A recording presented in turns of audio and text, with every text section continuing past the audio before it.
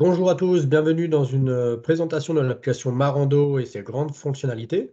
Vous avez devant vous la page d'accueil de l'application, donc une page d'accueil très colorée avec différentes dalles que je vais vous présenter.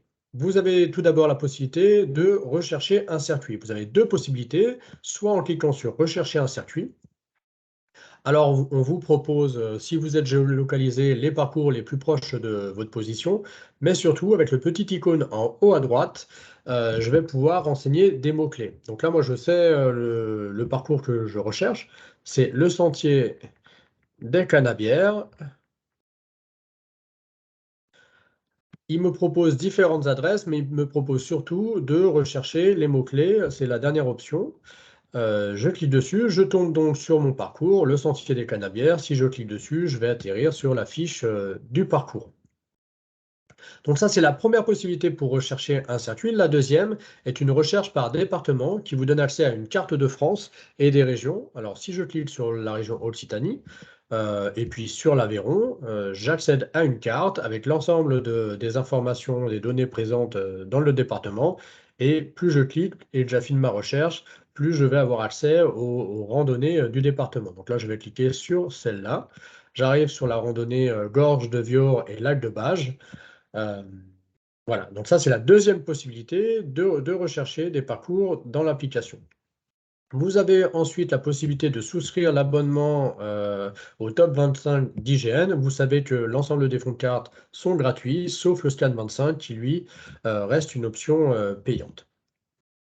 Vous avez également accès à une dalle Mes favoris qui regroupe l'ensemble de votre contenu. Donc, votre contenu des favoris, c'est ceux que vous aurez mis le petit cœur rouge pour signifier que vous avez un attachement particulier à ces circuits. Vous avez également accès à l'icône statistique où vous retrouverez le nombre de kilomètres que vous avez parcouru, les circuits effectués, le nombre de dénivelés. Alors, vous ne fiez pas aux informations que vous voyez à l'écran. C'est des informations qui sont issues d'une version en bêta test. Les statistiques ne fonctionnaient pas au début des tests, ce qui explique ces informations un peu incohérentes, mais lorsque vous aurez l'application dans les mains, ça fonctionnera très très bien. Vous avez aussi également la possibilité d'avoir vos parcours téléchargés. Alors les parcours téléchargés, c'est ceux que vous allez embarquer, ce qui vous permettra d'utiliser ces parcours hors connexion et de moins solliciter votre batterie par exemple. Vous avez également accès aux parcours effectués. Donc, vous voyez que moi j'en ai quelques-uns. Et puis vous avez également accès au parcours que vous allez créer. Alors là, vous voyez que j'ai créé un parcours, j'ai fait un test autour du siège de la fédération que j'appelais test rando siège. Je le retrouve à cet endroit-là. Sur la page d'accueil, ensuite, vous aurez accès à des recommandations. Donc, comme je suis géolocalisé, encore une fois, j'ai les propositions des comités départementaux qui sont proches de moi. Et puis, vous avez deux dernières dalles, les événements qui sont autour de moi, et puis l'affiche du comité où je suis géolocalisé. Aujourd'hui, je suis dans l'Essonne, donc on me propose la fiche du comité de l'Essonne. Sur cette fiche du comité de l'Essonne, on retrouve différentes informations, notamment le nombre de circuits proposés par le département. Il y en a 57. J'ai zéro circuit recommandé, mais demain, le comité de l'Essonne ira certainement mettre en avant quelques itinéraires parmi les 57, les événements en cours, et puis j'ai la possibilité aussi de retourner sur la carte et puis de voir un petit peu, d'avoir une vue d'ensemble. Je vais vous montrer également donc, les informations que nous avons dans le menu. Donc, dans le menu, on retrouve les éléments qu'on a vus dans la page d'accueil, mon espace, rechercher un circuit, mes favoris.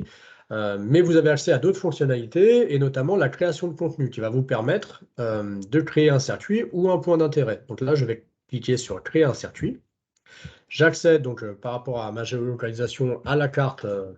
Donc là, la carte n'a pas de sens, mais je vais quand même vous faire la démonstration. Lorsque je veux enclencher le départ du parcours, je cliquerai sur ce rond rouge ma trace commencera à s'enregistrer à partir de mon point de départ au gré de mon cheminement. J'ai la possibilité, le long du parcours, d'enregistrer des informations. Donc, c'est l'icône en bas à droite. Je clique sur plus. Ça me propose soit de créer une étape, soit de créer un point d'intérêt. Donc, ici, je vais créer un point d'intérêt. On va me demander un titre pour mon point d'intérêt. On va me demander une catégorie, donc je peux cliquer et renseigner si c'est un hébergement, une restauration, un lieu d'intérêt. J'ai accès à des sous-rubriques si vous voulez vraiment être très précis, donc parc et jardin, château, église, abbaye. Ce qui aura une conséquence sur les pictogrammes de référencement des POI, notamment.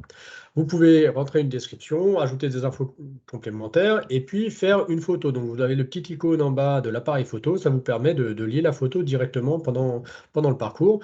Si vous ne remplissez pas certains éléments, vous avez toujours possibilité, une fois rentré chez vous, par l'application de compléter le POI ou sur le back-office de votre compte, de mettre des informations supplémentaires ou de faire des corrections si besoin.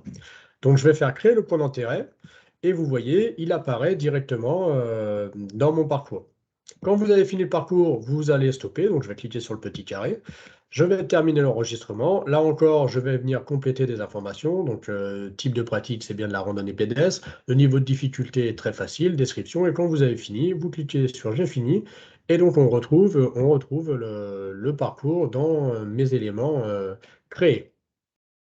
En dessous de la création de contenu, vous avez la possibilité de faire des remontées d'anomalies terrain, c'est-à-dire de faire un signalement sur Suricat. Donc on a réussi à intégrer l'API Suricat au sein de l'application, ce qui vous permet, sans avoir à jongler entre les applications, de pouvoir faire vos signalements. Donc pour ceux qui connaissent Suricat, vous n'allez pas être dépaysés. Vous rentrez les informations, les descriptions, la photo, et puis vous pouvez envoyer votre signalement afin qu'il soit traité par ce qu'on appelle les sentinelles. Ensuite, on retrouve donc les informations que vous avez déjà vues, les pages comités, la présentation de la fédération, un renvoi vers Météo France.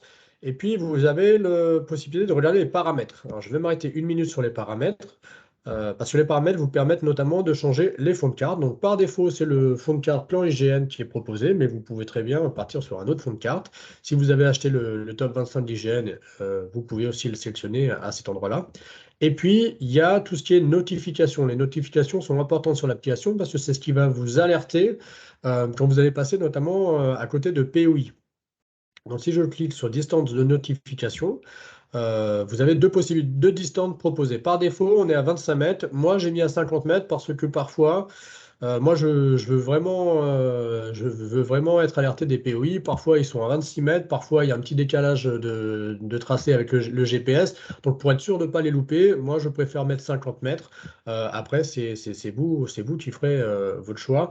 Et de la même manière, pour les notifications d'éloignement du tracé, là, j'ai laissé à 25 mètres parce que si je ne suis pas sur le bon chemin, autant qu'on me le signale quand je suis à 25 mètres plutôt qu'à 50 mètres. Et ça me permet du coup de retrouver la trace. Donc tout ça, c'est paramétrable. Vous avez même la possibilité de les désactiver pour créer votre expérience de navigation qui vous est propre. Voilà.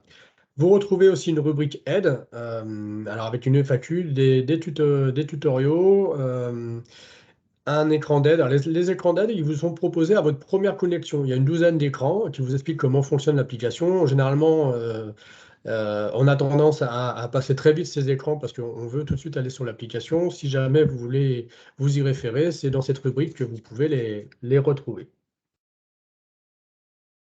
Alors, je vais aller sur un parcours pour vous montrer la fiche lorsque vous sélectionnez une randonnée. Donc là, je sélectionne le PR45 d'Arcueil au Pays des Lilas.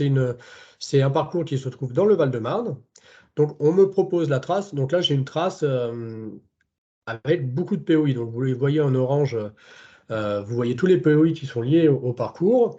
Dans la fiche vous retrouvez dans les descriptions que c'est proposé par le comité du Val-de-Marne. Donc si je clique dessus, je retombe sur la fiche du Val-de-Marne. Donc c'est une deuxième possibilité, en plus de celle que vous avez eue dans la dalle, de retrouver les fiches des comités. Donc ici, le comité du Val-de-Marne me propose 39 circuits, a fait 3 recommandations. Et puis vous voyez aussi tout à l'heure, je ne vous l'ai pas dit, vous avez accès ici aux pages éditoriales du comité. Donc généralement, il y a une page qui présente le comité, une page qui présente les partenaires et une troisième page qui est plutôt libre, les comités ayant la possibilité de mettre en valeur une information, un événement. Voilà, enfin, c'est libre. Donc, je retourne sur ma fiche. J'ai toutes les informations qu'il faut par rapport à la randonnée. C'est une durée de 2h30 ici, de difficulté très facile, sur une distance de 7,9 km. J'ai accès aux photos, ce qui peut me permettre aussi de me donner envie de faire la randonnée. Donc là, on est plutôt sur un paysage urbain. La description et puis des informations utiles, donc les transports. Et puis je tombe sur le pas à pas. Alors le pas à pas, c'est pas indispensable dans une application de guidage puisque vous êtes guidé par défaut. Donc, mais si vous souhaitez avoir des informations ou si vous avez des incertitudes, ben voilà, vous avez toujours le pas à pas. Et puis vous avez également les points d'intérêt. Donc les points d'intérêt, quand vous passerez à côté, vous serez notifié si vous avez sélectionné les notifications et vous aurez la possibilité soit de cliquer pour avoir l'information, soit d'ignorer le POI si ça ne vous intéresse pas. Donc voilà pour la fiche. Ce qui est important de vous dire aussi, c'est en cliquant en haut à droite sur les trois petits points, vous pouvez flécher votre parcours, donc l'utiliser hors connexion, changer également les fonds de carte, vous pouvez le faire également ici, le partager avec vos amis, signaler s'il y a une anomalie et télécharger la fiche en PDF ou la trace en GPX. Alors vous verrez, c'est assez intuitif. Faut pas hésiter de cliquer dans un premier temps un peu partout et puis on s'habitue très très vite. Alors je vais vous montrer une dernière chose. Ce sont les filtres. Alors je vais aller en Île-de-France, en Seine-et-Marne. Quand vous êtes sur une carte, vous pouvez en faisant un glissement de droite à gauche faire apparaître les filtres. Donc les filtres, ça va vous permettre d'affiner votre recherche. Donc vous pouvez classer en boucle, linéaire, à la journée. Vous avez des filtres concernant la discipline, donc randonnée pédestre, marche nordique, raquette à neige. C'est une liste qui a vocation à se compléter. Vous pouvez choisir l'environnement, montagne, forêt, littoral. Et puis vous pouvez aussi, tout en bas, avoir des filtres avancés et renseigner des notions de distance, de difficulté, de dénivelé, voire de durée. Bien sûr, vous pouvez croiser tous ces filtres pour vraiment avoir la rando qui correspond à vos attentes. Voilà pour cette brève description de l'application Marando. J'espère que ça vous a donné envie de la télécharger. En tout cas, on vous attend à la sortie de l'application.